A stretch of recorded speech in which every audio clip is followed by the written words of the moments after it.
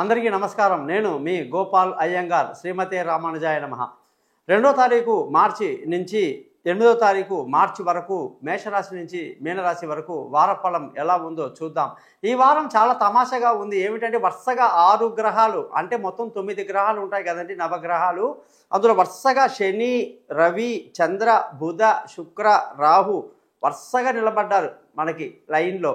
మిగతా 3 గ్రహాలు వచ్చేసి గురువు వృషభ రాశిలో, కుజుడు మిథున రాశిలో, కేతు వచ్చేసి కన్యా రాశిలో ఉండడం జరిగిందనమాట. ఈ విధమైనటువంటి చాలా రేర్గా గ్రహస్థితిలో ఉండడం జరుగుతుంది. దీనివల్ల ఎవరెవరికి ఎలాంటి బెనిఫిట్స్ ఉంటాయి ఏమిటి అనేది తప్పకుండా తెలుసుకుందాం. ఈసారి మనకి బుధ గ్రహం యొక్క మార్పు మీనరాశిలోకి రావటం వల్ల ప్రత్యేకమైనటువంటి మార్పులు ప్రతి రాశి వాళ్ళకు కూడా కనిపిస్తూ ఉందన్నమాట. అయితే ఈ వారంలో చంద్రుడు మీనరాశి, మేషరాశి, వృషభ రాశి, మిథున రాశి వరకు ప్రయాణం చేస్తూ మనకి 7 నక్షత్రాలు కనిపించబోతున్నారు.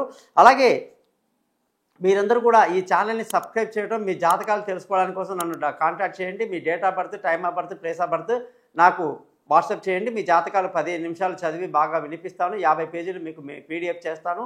పరిహారాలు కూడా తప్పకుండా చెప్తాను. ఆ పరిహారాలు కూడా చాలా సింపుల్గా ఉంటుంది కాబట్టి మన ఛానల్ పేరు thesimpleastrologer.com అని చెప్పడం జరిగింది. ఒకవేళ ఎవరికైనా డేట్ ఆఫ్ బర్త్ లేదంటే ముఖం కనిపించే ఒక ఫోటో, ఆడవాళ్ళు ఎడమ చేతి రేఖలు, మగవాళ్ళు కుడి చేతి రేఖలు కానీ పంపిస్తే మీ జాతకం మొత్తం రెడీ అవుతుంది. మీతో నేను వాయిస్ రికార్డ్ చేయిస్తాను, పరిహారాలు కూడా చెప్తానని తెలియజేస్తూ తప్పకుండా మీరందరూ నన్ను కాంటాక్ట్ చేయండి.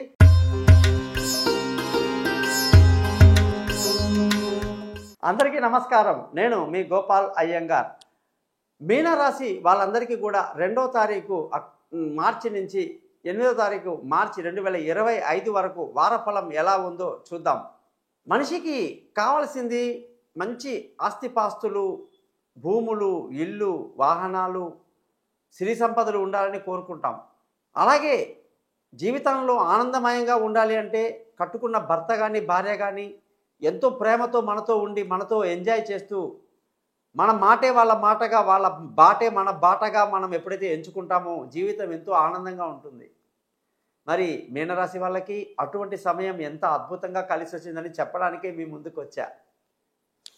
బాగా ఆలోచించండి. విలువైన వస్తువులు అంటే మీరు అనుకున్నటువంటి భూములు కొనడం కానీ, లేదా ఇల్లు కట్టాలనుకున్నా, లేదా విలువైన వాహనాలు కొనాలన్నా, వస్తువులు కొనాలన్నా ఎంతో అనుకూలంగా ఈ వారం మీకు అద్భుతంగా ఉంది. దానికి మీ భర్త కానీ భార్య సపోర్టు చాలా అద్భుతంగా ఉంది. అది ఒకటే మాట మీద ఉంటారు ఇద్దరు. భార్య సహకారం బాగుండడం, భర్త సహకారం బాగుండడం వల్ల మీ జీవితం ఎంతో ఆనందంగా ఈ వారం గడిచిపోతుంది. మిగతా పనికిరాని విషయాలు ఎన్నో ఉంటాయి, అవన్నీ పట్టించుకోదు. నా ఉద్యోగంలో ప్రాబ్లమ్స్ ఉంది, నా మైండ్ బాగాలేదు, నాకు నెగిటివ్ థాట్స్ ఎక్కువ వస్తున్నాయి. అసలు మీరు నోరిప్పరు. ఫస్ట్ సైలెంట్ నేచర్, మాట్లాడరుగా, కడుపులో ఉండే ఏం కక్కరు, పొడిచిన కొద్దీ చిన్నగా ఏదో 2 మాటలు చెప్తారు అంతే. దానికే నేను చెప్తున్నా, ఎక్కువ నెగిటివ్ థాట్స్ వదిలేయండి. భార్యాభర్తలు ఎంజాయ్ చేయండి. కుటుంబంలో సంతోషాన్ని చూడండి.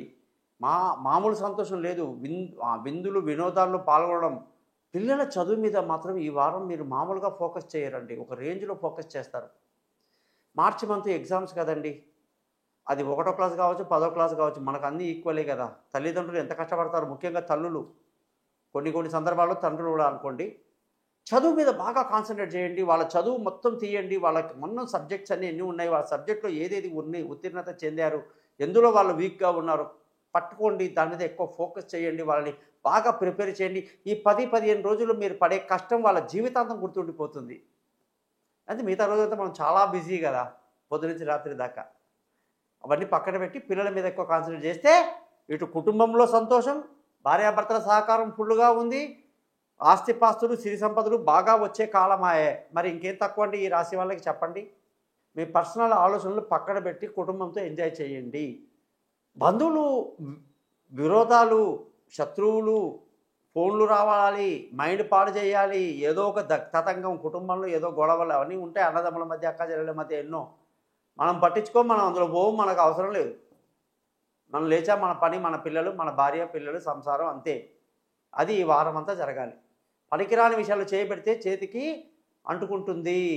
పిల్లల యొక్క చదువు, వాళ్ళ భవిష్యత్తు గురించి ఎంత బాగా ప్లాన్ చేస్తారంటే వాళ్ళ చదువుతో ఉంటారు కాబట్టి, అరే వీడు మ్యాథ్స్లో ఎంత బాగా చేస్తున్నాడే, వీడిని మనం తీసుకెళ్ళి ఐఐటి ఖరగ్పూర్లో పెడదామా, లేకుంటే వీడికి ఎంఎస్ ఎక్కడ చేయిద్దాం, ఏ దేశంలో ఏ కంట్రీలో ఏ కాలేజీ బాగుంది, అరే వీడు మ్యాథ్స్లో సైన్స్లో చాలా బాగున్నాడు, సైన్స్లో వీడికి చాలా ఇంట్రెస్ట్ ఉంది, వీడిని ఒక గొప్ప డాక్టర్గా చేద్దామా, గొప్ప సైంటిస్ట్గా చేద్దామా, వాడు వాడు అకౌంట్స్ బాగా చేస్తాడు, అకౌంట్స్ బాగా చాలా ఇంట్రెస్ట్ ఉంది అంటే వీడిని చార్టర్డ్ అకౌంట్ చేద్దామా.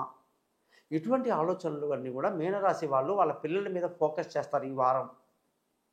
అది మీకు ఎంతో ఆనందాన్ని ఇస్తుంది.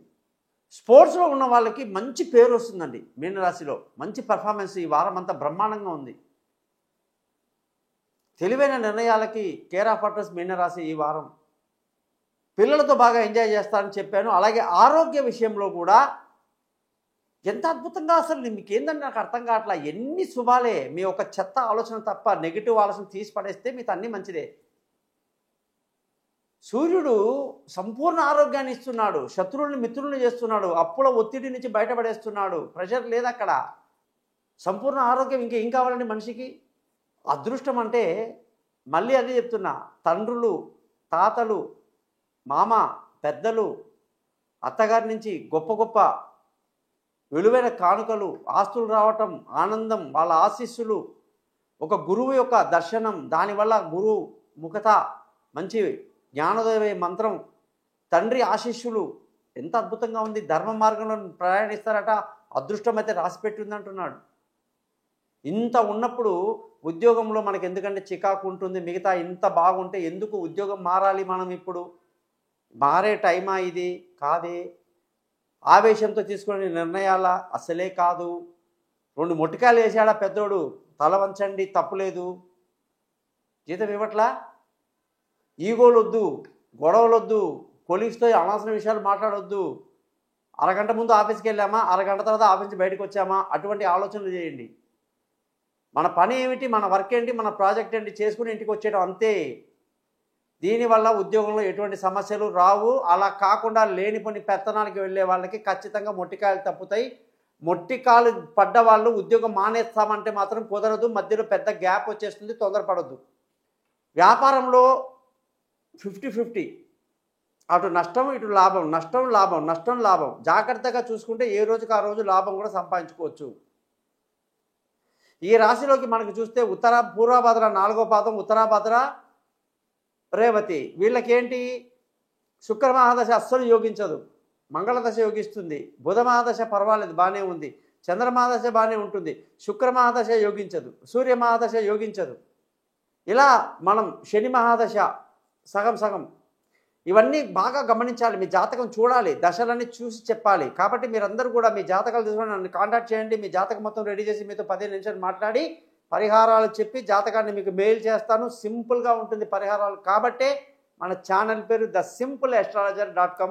తప్పకుండా సబ్స్క్రైబ్ చేస్తారని ఆశిస్తూ మీ గోపాలయ్య గారు.